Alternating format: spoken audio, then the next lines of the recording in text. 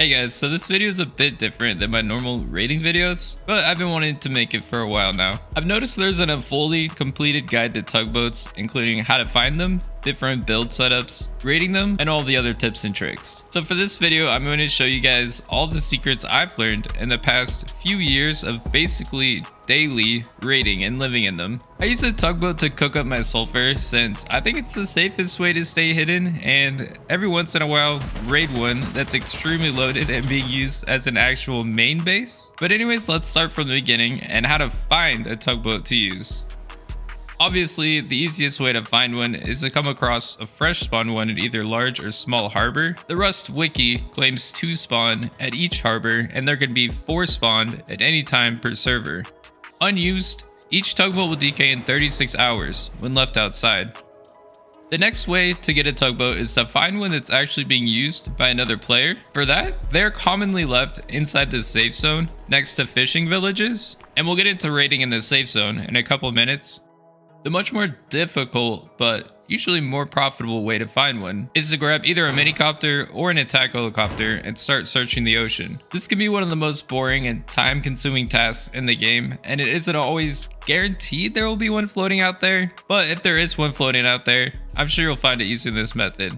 Tugboats can travel exactly 14 unmarked grids away from land before they hit an invisible barrier, right before the invisible death barrier. The 14 unmarked grids are the ones that don't have a tile marker on them. So this means that diagonally, the boat can actually be a bit further distance from land than the unmarked grids that are just straight 14 away.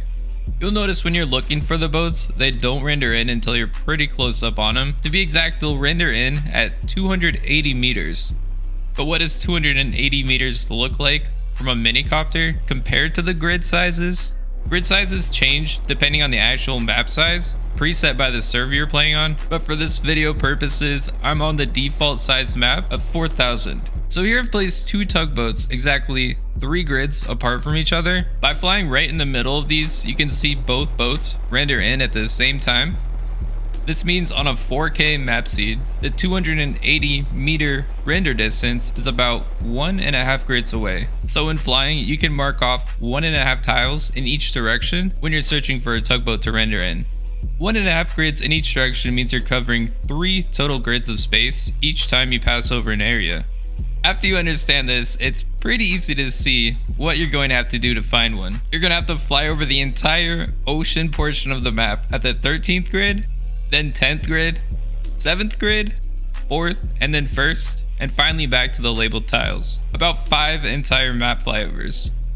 With each flyover that you move in, it's a bit shorter than the last one.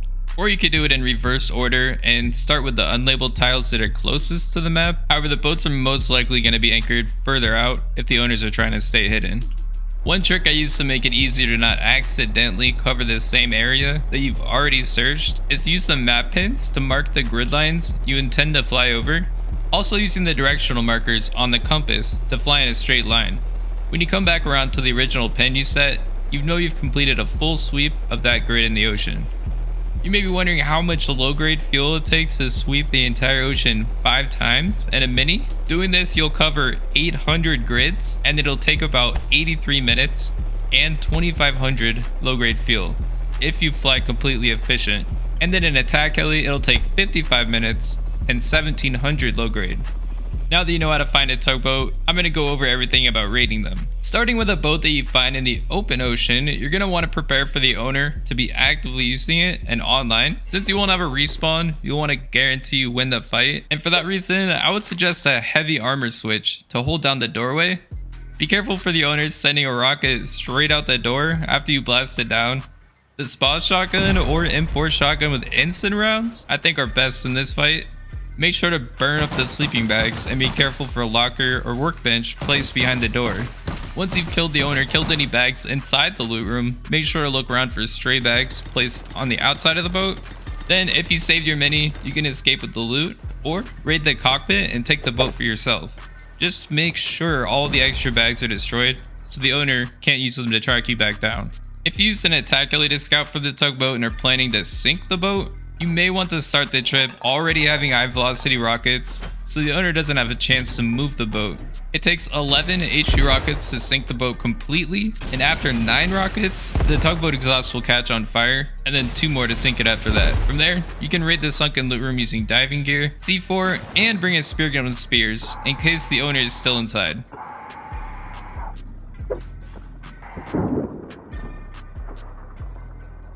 Now for the safe zone. If you found a tugboat inside the safe zone around a fishing village and you want to raid it, you have to use a boat or submarine and do it from the outside of the safe zone.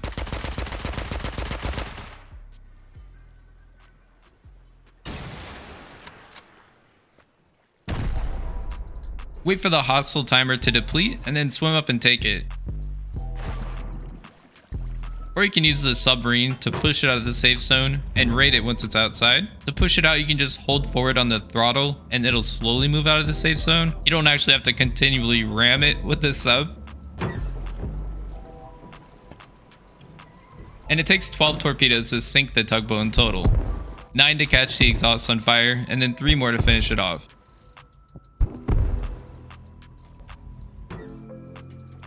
If the tugboat was sunk inside the safe zone and the boxes were locked, they will actually be unlootable. Unless the water is deep enough below the fishing village that it actually sinks below the safe zone radius, then you'll still be able to loot them, but the depth varies by each fishing village on each map, so keep that in mind.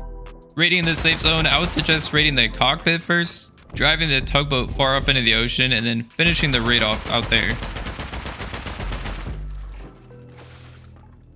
When raiding the door with X-Blammo, make sure you check the health of the tugboat so you're not actually going to sink it. And yeah, you can repair it even when you're building blocked. Now that you've either raided or found a tugboat, I'll show you some different types of loot room designs. I'll start with the typical loot room design that is most commonly built with either a locker or workbench used as an airlock. If you keep the door open while placing the workbench or locker, it's easier to see exactly where to place it.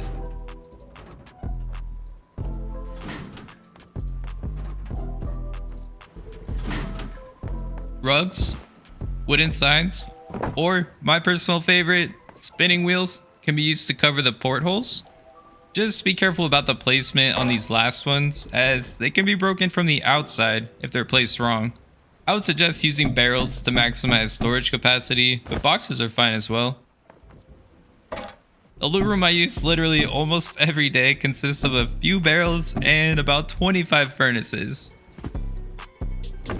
I don't use an airlock because I'm just doing my cooking out here and then taking everything back to my secret base and ditching the boat afterwards. You can design a troll loot room by spamming locked lockers, even if the raider gets access to the cockpit and building privilege. They'll still have to destroy all the lockers to get to the back of the loot room, where you can leave them a note laughing about how they wasted all their boom and time.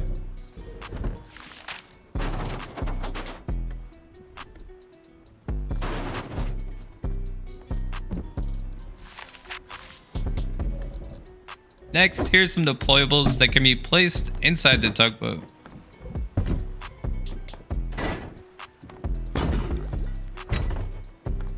Some items that can't be placed include traps or items that require electricity, and most notably, you can't place the vending machine.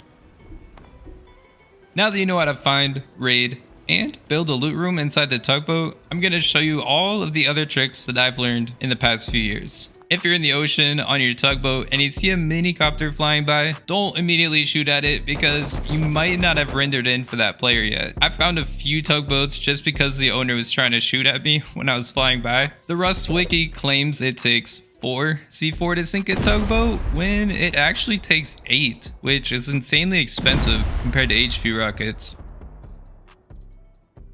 A tool cupboard building blocked privilege will always take priority over the tugboat privilege, and it's actually possible to have the building blocked and building privilege icons up at the same time, even though you're actually just blocked.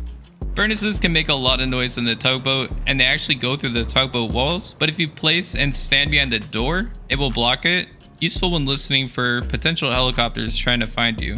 You can't respawn in the tugboat up to about 1 grid from monuments, and there will be an indicator on the top right of your screen when you're inside the radius.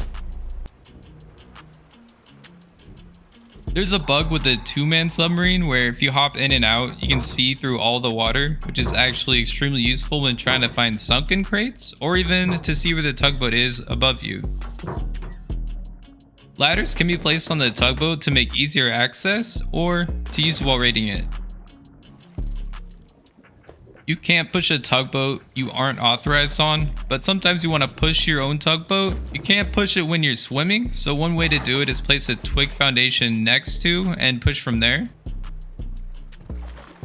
You can also push from a ladder attached to the boat.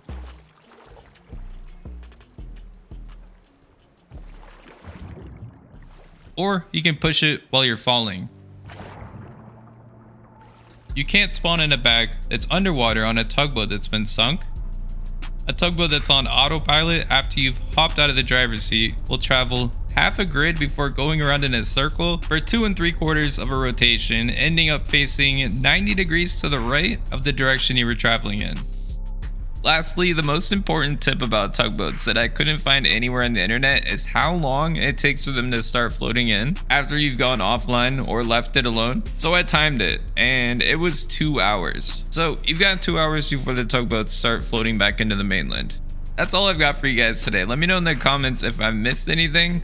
Also, almost all of these calculations were based off of a 4K size map, so the unmarked tile distance, low grade cost, and time consumption can vary depending on the size of the map you're playing on. I'll see you guys in a new video soon. Make sure to get subbed. Peace.